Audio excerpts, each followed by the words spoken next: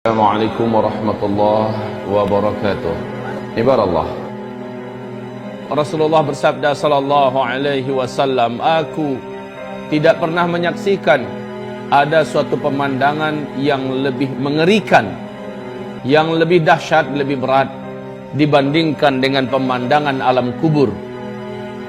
Di dalam hadis yang sangat panjang di Sahih Muslim, Rasulullah SAW bercerita bagaimana pengalamannya dibawa oleh malaikat Jibril dan malaikat Malik mengarungi atau melintasi wilayah kehidupan alam dunia, tembus menuju ke alam barzakh.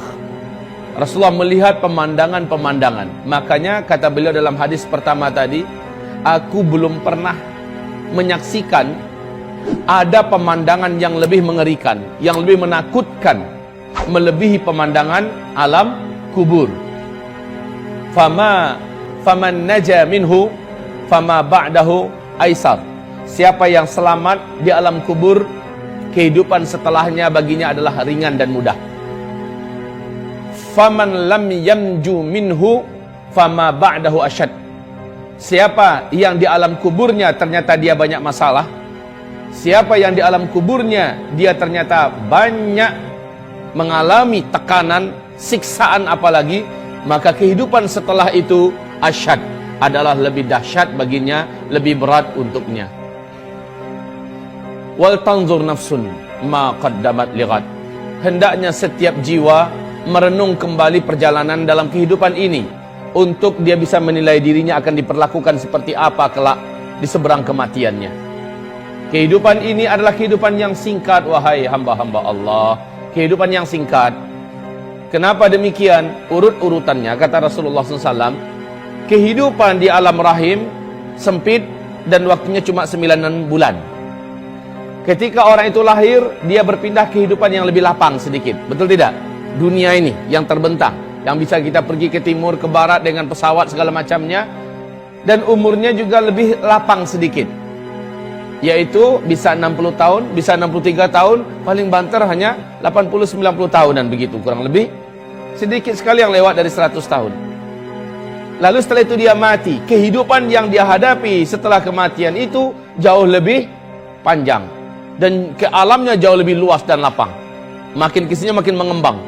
Nanti setelah tiupan sangkakala yang kedua, ya, setelah kiamat terjadi di tiupan sangkakala pertama, kemudian manusia, jin, seluruh binatang, langit dan bumi sirna. Kullu man 'alaiha fan wa yabqa wajhu rabbika dzul jalali wal ikram. Seluruh yang ada, yang pernah Allah ciptakan di tiupan sangkakala pertama akan menjadi sirna seluruhnya. Kemudian pas tiupan yang kedua, manusia dihidupkan kembali. Nah, itulah kehidupan yang tidak ada lagi batasnya. Kehidupan yang tidak ada lagi kematian. Ternyata, wahai Bapak Ibu, saudara-saudari yang kami muliakan, kematian adalah ciptaan Allah. Kematian nanti pada hari kiamat, kata Rasulullah SAW, di depan seluruh jin dan manusia di padang mahsyar akan diambil oleh malaikat maut. Lalu dicengkramnya dengan tangan kirinya. Kematian itu seperti binatang, kata Rasulullah. Jadi Allah menjadikan kematian itu diibaratkan seperti sebuah binatang. Apabila orang yang masuk surga telah diantarkan ke surga dan mereka masuk. Apabila orang yang jadi ahli neraka telah diantarkan ke neraka dan diseret ke neraka dan masuk. Lalu malaikat di antara surga dan neraka mengangkat binatang ini. Dia bertanya dan berkata dengan suara yang terdengar oleh siapapun saja di seluruh penduduk surga dan di seluruh penduduk neraka. Kalian tahu apa ini? Ini adalah kematian. Dengan ini kalian dulu dibatasi kehidupan. Dengan ini kalian dulu berujung dengan kematian. Ini adalah kematian. Maka malaikat ini langsung menyembelih kematian itu di depan seluruh penduduk surga yang ada di surga, oleh penduduk neraka yang ada di neraka bisa menyaksikannya. Maka setelah dia sembelih kematian itu, malaikat berkata, khuludun khulud lal maut. Sekarang kehidupan kekal, tidak ada kematian. Orang-orang yang hidup di dalam surga ragu, jangan-jangan hidup saya berakhir lalu berakhirlah kesenangan ini. Tidak perlu lagi kamu mengkhawatirkan. Kamu kekal di dalam surga, kekal. Hari demi hari yang kamu jalani di dalam surga lebih sempurna dan lebih enak daripada hari sebelumnya. Bertambah waktu ke depan, bertambah indah, bertambah enak, bertambah lezat, bertambah nyaman, bertambah bahagia di dalam surga. Dan kesedihan juga adalah makhluk, itu pun dibuang dan dimatikan oleh Allah. Tidak ada lagi kesedihan, tidak ada sakit yang dalam surga. Sementara yang di neraka, mereka berharap mudah-mudahan ada ujung dari kehidupan dalam neraka, yaitu kematian. Tapi setelah dia lihat kematian disembelih oleh malaikat maut, bahwa kematian sudah tidak ada, bertambah menjadi putus asanya ahli neraka. Gimana? Kalau seandainya bisa bunuh diri mati mah enak, ya kan? Dalam neraka bunuh diri mati, ya enak, lepas daripada neraka. Ini malah nggak bisa mati. Ya Rabb, ibarat ma'asyiral muslimin, apakah kehidupan yang sebentar saja di kehidupan dunia ini berhasil melenakan dan melalaikan kita? Rugi, Bapak Ibu, rugi. Hanya gara-gara uang yang tidak seberapa, emas yang tidak seberapa, menjadikan kita menipu, mencuri, merampok, membunuh, melakukan kezaliman, menjadikan kita melakukan berbagai macam perbuatan riba dan segala macamnya. La haula wala quwata illa billah. Ibarallah ma'asyiral muslimin wal muslimat. Pembahasan kita terakhir di Masjid Al-Bina dulu saya ingat, yaitu tentang perjalanan roh, dan ini sudah selesai. Perjalanan roh, bagaimana dia dicabut dan seterusnya. Kemudian kita menceritakan tentang pengalaman Nabi, apa yang beliau saksikan di alam kubur, bahwa pemandangan yang ada di alam kubur kontras habis dengan pemandangan yang ada di Mala'ul A'la. Mala'ul A'la adalah tempat rohnya orang-orang beriman, orang-orang soleh, dibawa membumbung ke langit, disimpan di sana. Di mana? Di salah satu di antara taman-taman surga. Sehingga Rasulullah bersabda, sesungguhnya kuburan itu untuk orang beriman adalah raudhah mir riyadil jannah.